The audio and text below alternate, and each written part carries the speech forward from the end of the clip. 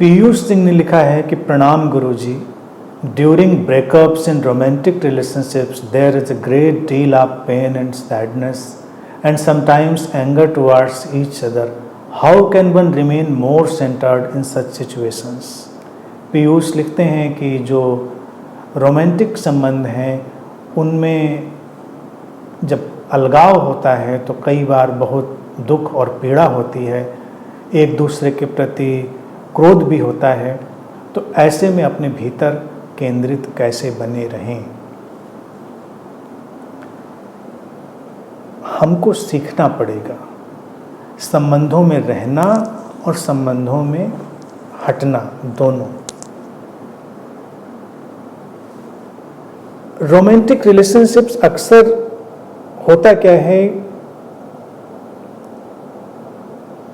बहुत सारे इग्नोरेंस पर बेस्ड होते हैं. बहुत सारे रोमांस भी जीवन के एस्केपिज्म का हिस्सा होता है. अपनी टीन एज में जाओ, वहां से एक्सप्लोर करना शुरू करो. कुछ संबंध जो रोमांटिक या लव रिलेशनशिप हैं वो बहुत खूबसूरत खिलावट की तरह जीवन में घटते हैं, लेकिन ज़्यादातर वो एस्केप की तरह. जब जीवन में कुछ समस्या थी, पढ़ाई में मन नहीं लग रहा था, परिवार में कुछ कटुता थी, तो बस था कि कोई एक रोमांटिक रिलेशनशिप बन जाए तो बनी. तो उसका जो बिगिनिंग पार्ट था वही कॉम्प्लेक्स था. उस कॉम्प्लेक्सिटी में एक अनअवेयरनेस थी. तो जब अलगाव होगा तो उसमें भी अनअवेयरनेस होगी.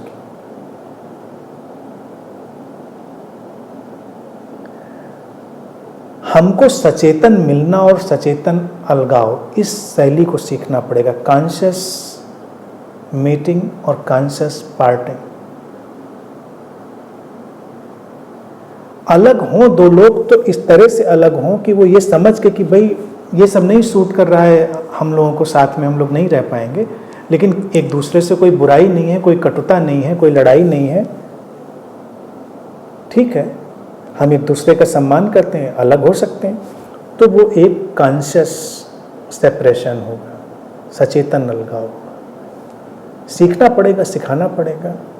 धीरे धीरे कोशिश करेंगे तो बहुत सी चीज़ें आएंगी. क्रोध क्यों करना एक दूसरे के प्रति. आप जब संबंध में जुड़ते हैं तो दोनों जिम्मेदार होते हैं. अलग होते हैं तो दोनों एक दूसरे को दोष देकर एक दूसरे का सिर फोड़ने की कोशिश करते हैं कि तुमने मेरी ज़िंदगी नरक कर दी. भाई हम लोग नरक ज़िंदगी में पैदा करने के लिए बहुत स्वयंसेवी हैं.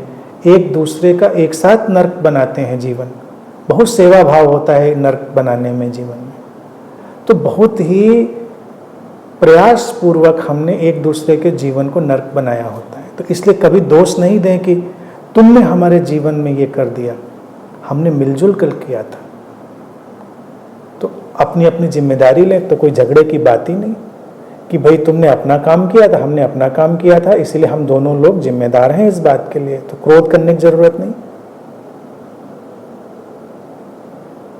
और फिर हमने ही आमंत्रित किया था.